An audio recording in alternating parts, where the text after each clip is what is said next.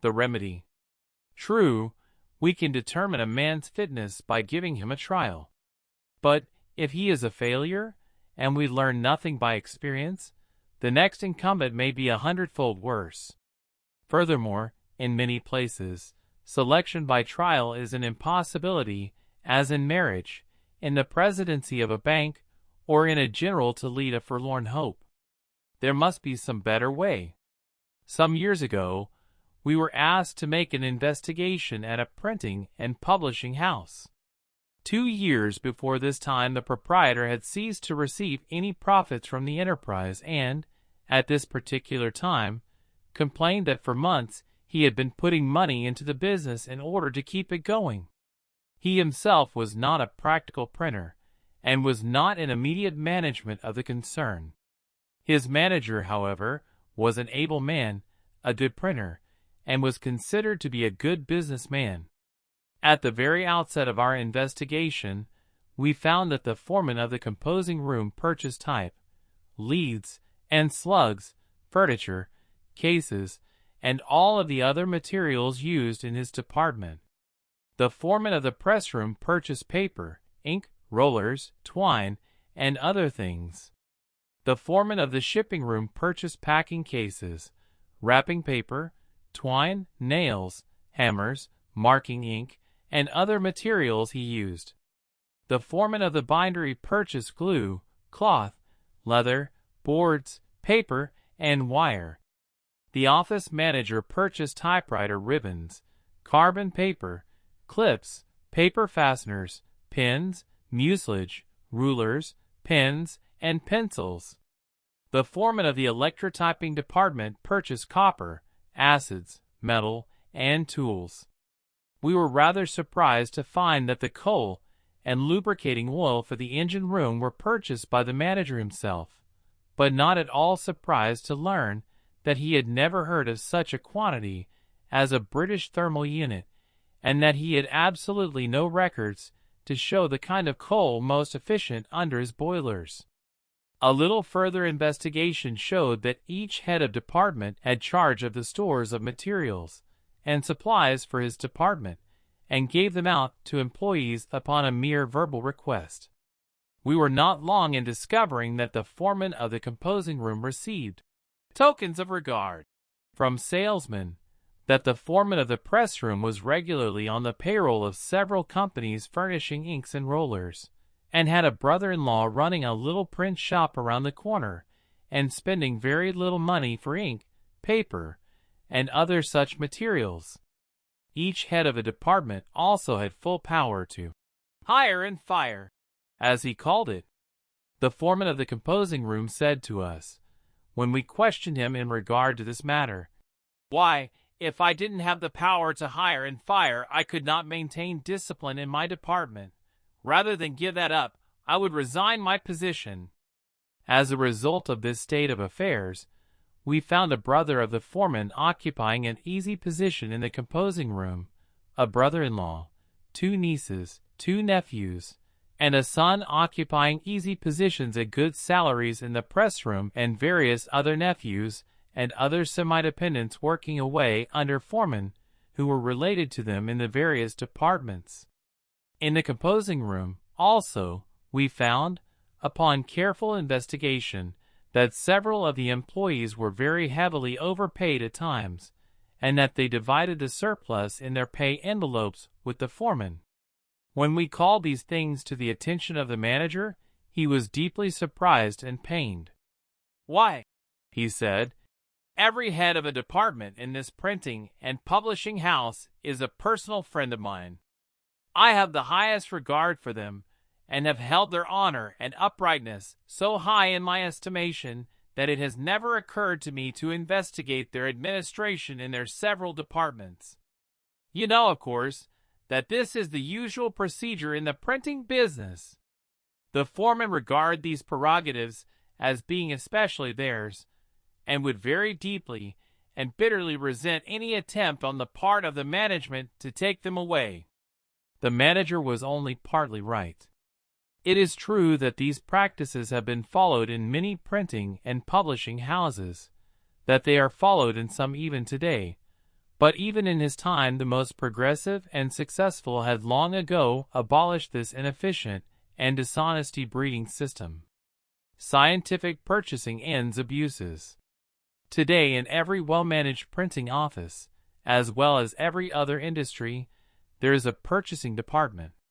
Materials are purchased, not through favors, or on account of bonus from the salesman, but upon exact specifications which are worked out in the laboratory. Materials are accepted and paid for only after a laboratory analysis to ascertain their true worth. Materials are kept in a stores department and are issued only upon written requisitions. Requisitions are carefully checked up, records kept to show that each department is using only its proper quota of materials and supplies of all kinds. While the purchasing of mere inanimate material, which after all is only secondary in importance, has thus been reduced to science and art in charge of specialists, the methods of selection, assignment, and handling of employees in nearly all industrial and commercial institutions continues today on the same old dishonest basis as that which we found in the printing and publishing house described. Foremen, superintendents, and heads of departments still guard jealously their prerogatives of hiring and firing. So deeply rooted is this prejudice in the minds of the industrial and commercial world that many managers have said to us in horror, "Why, we can't take away the power to hire and fire from our foremen. They couldn't maintain discipline. They would not consent to remain in their executive positions if they did not have this power of life and death, as it were, over their employees." Incidentally, we may say that we have had almost no trouble in securing the enthusiastic and loyal cooperation of foremen and superintendents where employment departments have been installed. Scientific employment the remedy. It is becoming increasingly clear to employers that only by following the example of the purchasing department can industry and commerce cure the evil which we have briefly described and exemplified in the two preceding chapters. We find that employment, instead of being left to the tender mercies of foremen Tom, Dick, and Harry, who may or may not be good judges of men, who may or may not be honest, who may or may not indulge in nepotism, who may or may not pad the payroll, who may or may not be unreasonable, tyrannical, and otherwise inimical to the best interests of the concern from whom they draw their living. Selection of help is now delegated to specialists and experts. Employment departments are now established with more or less complete control over the selection and assignment of men and women in the organization. In some of these departments, complete records are kept.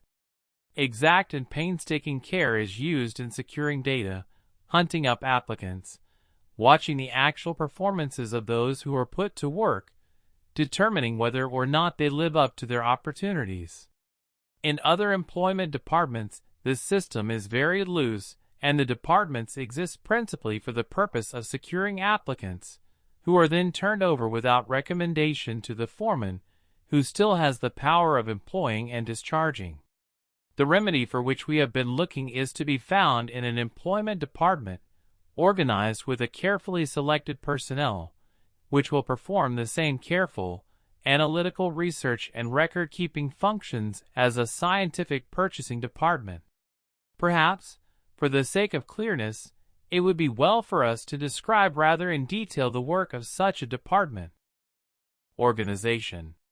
The organization of such a department depends entirely upon the number of applicants and employees with which it must deal, and the character of the work to be done.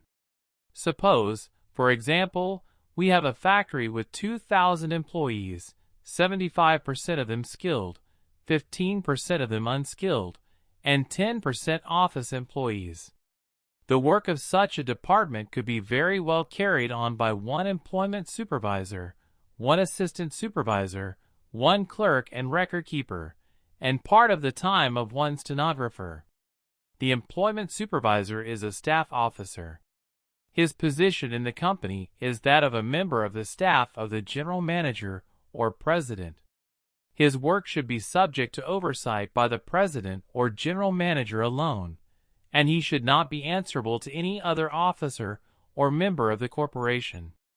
It is the function of the employment supervisor to direct the work of his department, to conduct its relations with all other departments of the business, to interview, analyze, and recommend for employment all executives and employees of more than ordinary importance, to hear and adjudicate all cases of complaint or disagreement between executives or between executives and their employees, and also to review cases heard by his assistant in which there is any degree of dissatisfaction with the settlement proposed. It is the duty of the assistant employment supervisor to interview and analyze, select, and recommend for employment all applicants for minor positions in the factory and office.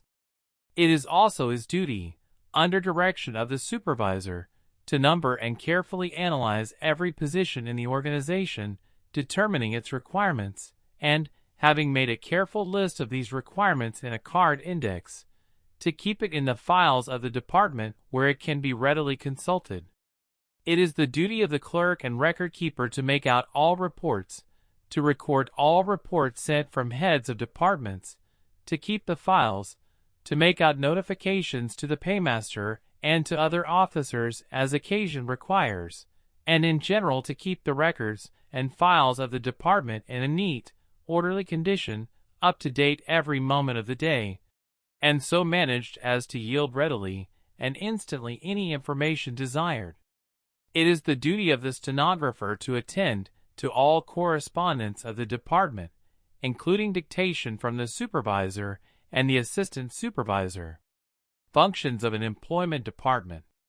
Briefly, it is the function of the employment department to secure, interview, analyze, select, and recommend for employment men and women who will preeminently fit into the various positions in the organization, by competent counsel, upon request, to assist the line executives in the management of employees, and, in all its activities, to act in the capacity of expert in human nature, conducting all phases of relationship between the corporation and its employees.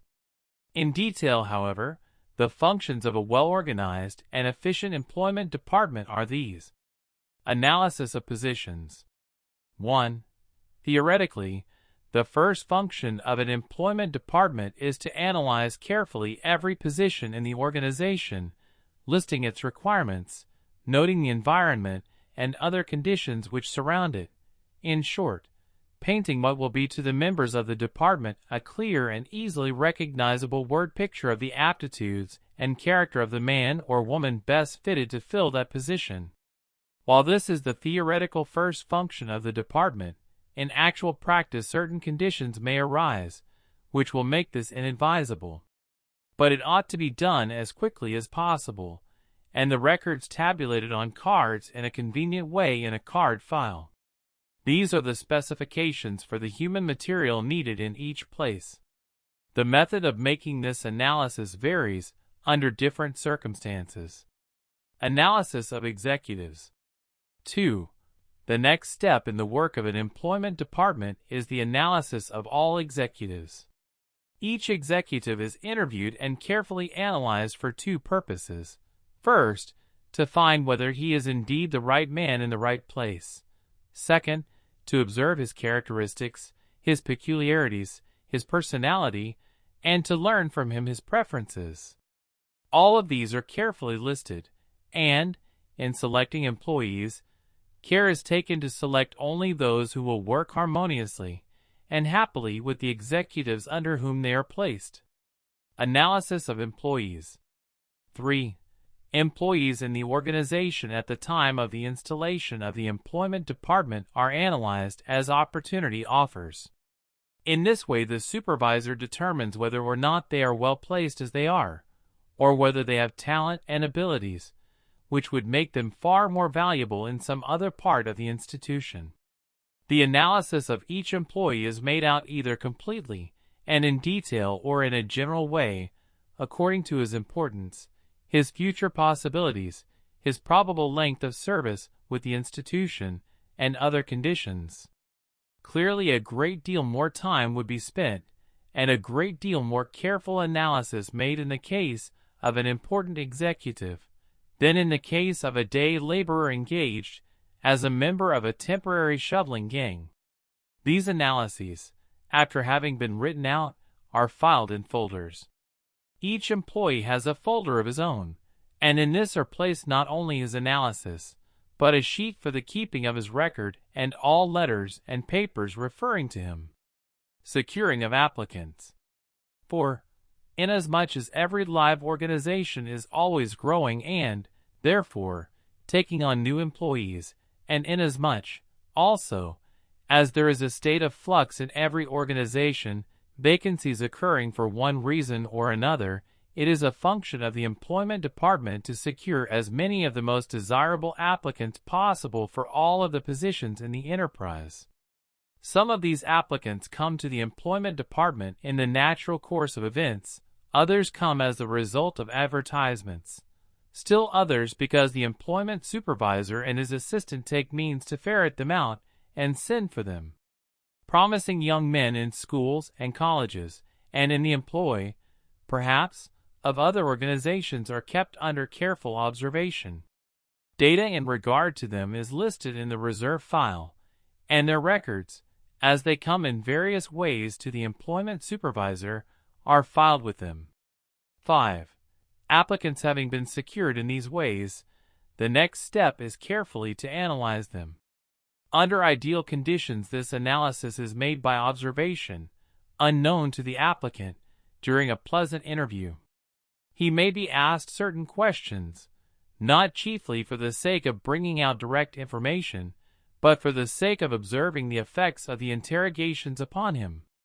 In some large organizations, in the rush season, 100 new employees may be added every day. In order to select this number, perhaps several hundred applicants may be interviewed. Obviously, a detailed and thorough analysis of each cannot be made. Under such conditions, however, the work is usually of such a character that the most casual observation on the part of a trained interviewer will reveal at once the fact that the applicant either is or is not fitted for the work to be done. As a result of the analyses made by the employment supervisor and his staff, applicants are recommended to foremen who have made requisitions for the filling of vacancies. Bear in mind, it is not the function of the employment department arbitrarily to employ. When a desirable applicant has been found, he is sent, with a recommendation, to the head of the department which has made requisition for an employee. Then the foreman or superintendent or the manager either rejects or accepts the applicant. In case of rejection, the executive returns the applicant to the employment department, stating his reason for his action. When an applicant is accepted, the employment department notifies the paymaster, also places a folder for a new employee in the file. It is often highly desirable, also, before sending an employee to a foreman to inform him fully and in detail as to the work he is expected to do, the conditions under which he will be expected to work, the rate of pay he will receive, the opportunities for advancement, and all other information which may decide the applicant for or against accepting the position if it is offered to him. Reports and records. 6. The employment department organizes methods for receiving regular and complete reports upon the performance and deportment of every employee in the organization. These reports include punctuality, attendance, efficiency, special ability, deportment, home environment, and habits, companions, and other necessary and valuable information. Every employer who has the good of his employees and their advancement at heart ought to know these things. Reports are received from foremen and superintendents, also from others who are especially assigned by the employment supervisor to secure the information. Recommendation for transfer, promotion, and increase. 7. As a result of these reports and of its own analysis, the employment department recommends for transfer from one department to another, or for promotion, or for increase of pay, such employees as merit these changes in their positions and relationship with the company. In cases where necessity seems to demand it, the employment department may also recommend the discharge of an employee. Consultation on rates of pay. 8. In cooperation with properly constituted authorities, and as the result of careful, scientific study of the whole situation, the employment department assists in establishing rates of pay commensurate with the work done, with the conditions in the industry, and with their probable effect upon the loyalty, happiness, and consequent efficiency of the employees. Special information to management. 9. Upon request of the general manager or any other executive in the organization, the employment supervisor may furnish complete information as to any employee in the organization when that information is legitimately required. Oftentimes, also, there will be a call made upon the employment department for someone with special ability to undertake a certain task. It may be that the employment department has had under its observation for months or even years some men already in the employ of the company, who will exactly fill the new position or the vacancy just created. Or it may be that, upon consultation of the records, the employment department will find just the man it is looking for. In case neither of these things happen, then the right man may be found listed and described in the reserve file. Transfer and discharge. 10. When a foreman or other executive can no longer use any man in his employ, he does not discharge him, but sends him instead to the employment department with a report and recommendation. Oftentimes the employment supervisor or his assistant can adjust the matter and return the man to his position, better fitted than ever to perform his task. It may be that the executive and not the employee is at fault. On the other hand, it is often the case that the employment department can take the man so returned and place him in another department, where he will be happy and efficient. It may be that the work that he has been doing is suited to him, but that his executive is not the right kind of personality for him. Whatever the employment department finds in regard to the man, action is taken in accordance therewith. In case there is real cause for it, the employee is paid off and dropped from the rolls of the company. 8. In management and discipline. 11. Owing to his peculiar knowledge of human nature, it is often possible for the employment supervisor or his assistant to aid executives in discipline in their several departments. It has been our experience that an efficient employment department is not in existence very long before many executives begin to come in for consultation and to ask the employment supervisor or his assistant what course to pursue in reference to some particular man or some particular set of circumstances. This has been found to be one of the most valuable functions of an employment department. Settlement of disputes. 12. Also, because of his expert knowledge of human nature, the employment supervisor or his assistant is often called upon to adjudicate between executives, between fellow employees, or between an executive and his subordinate. Disputes and differences of opinion usually arise because people fail to understand each other. The employment supervisor, understanding both parties in the quarrel, is usually able to point out some basis of amicable adjustment and the restoration of friendly relationship. Education of employees. 13. Employers are learning that the finest and most valuable assets in their employees are not their bones and muscles, not their intelligence, training, and experience when they enter the organization, but rather the possibility of development of their intelligence, talents, and aptitudes. Educators now almost entirely agree that the best and most serviceable education possible is that afforded by work, provided the work is intelligently directed and constantly used by those who direct it as an educational force. Employers are also grasping the great possibilities for them in this theory. Corporation schools, night schools, special classes, and many other forms of education inside the walls of commercial and industrial enterprises are being used to good advantage. In an ideal economic system, every factory, every store, every shop, every place where men and women are gathered together for employment should be, in the higher sense of the word, a school for the development of the very best human qualities.